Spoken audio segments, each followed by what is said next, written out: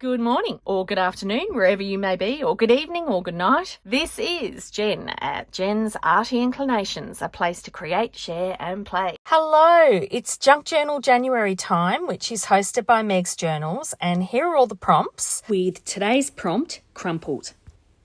Alrighty, so I had a bit of coffee dyed paper that I coffee dyed when I crumpled it. And all I'm doing to pick out the texture of the crumple is grabbing one of my little ink pads and I rubbed it all over the front and back. So then I inked the edges as well and I just folded it into quarters, hot dog then hamburger.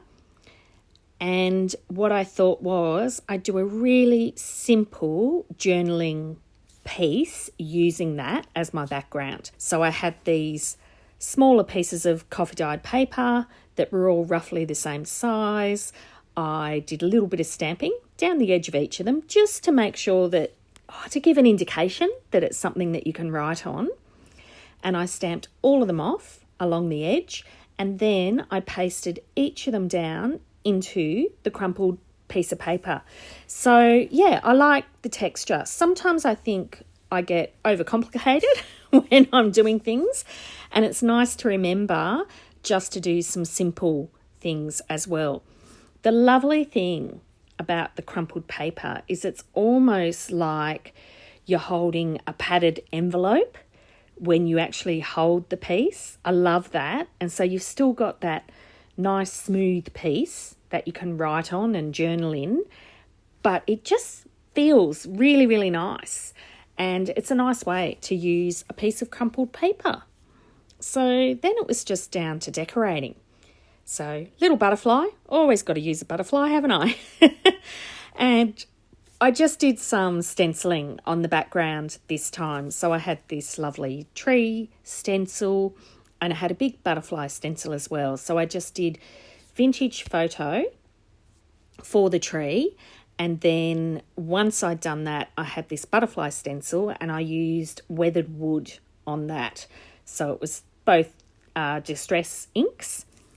And then that just gave a little bit of an impression in the background because I did this big corner pocket that I could put this journaling spot in. So there we are, just stenciling around and voila, instant background. So quite liked that. And I thought I'd just do a little bit of stamping around the edges using the edge of one of my acrylic stamps for some lines and just some number stamps as well. So corner pocket, I just used a piece of book page that I'd folded over and then I had this gorgeous big butterfly. So I put that in and then that inspired me because I knew I had some more butterflies like that were journaling cards ready-made.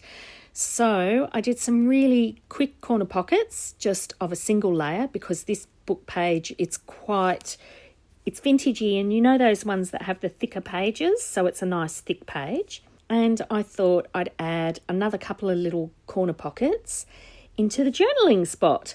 So that way I could put that gorgeous round butterfly journaling card and another journaling card into this one as well. So a little bit of extra interest.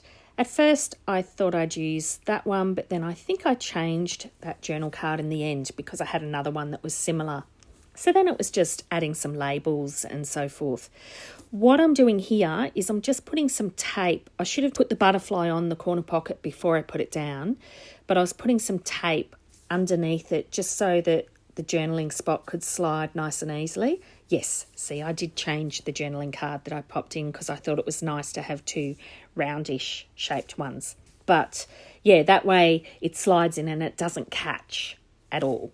So that's today, all done, really simple, quick, and I think still quite effective and with a couple of cute little extra pockets inside the pockets, and you've got all that big journaling space still inside, and then you've got some little cards that you could send off to somebody else. So take care, everyone, and I hope you're enjoying Junk Journal January as much as I am, and I will see you all again tomorrow.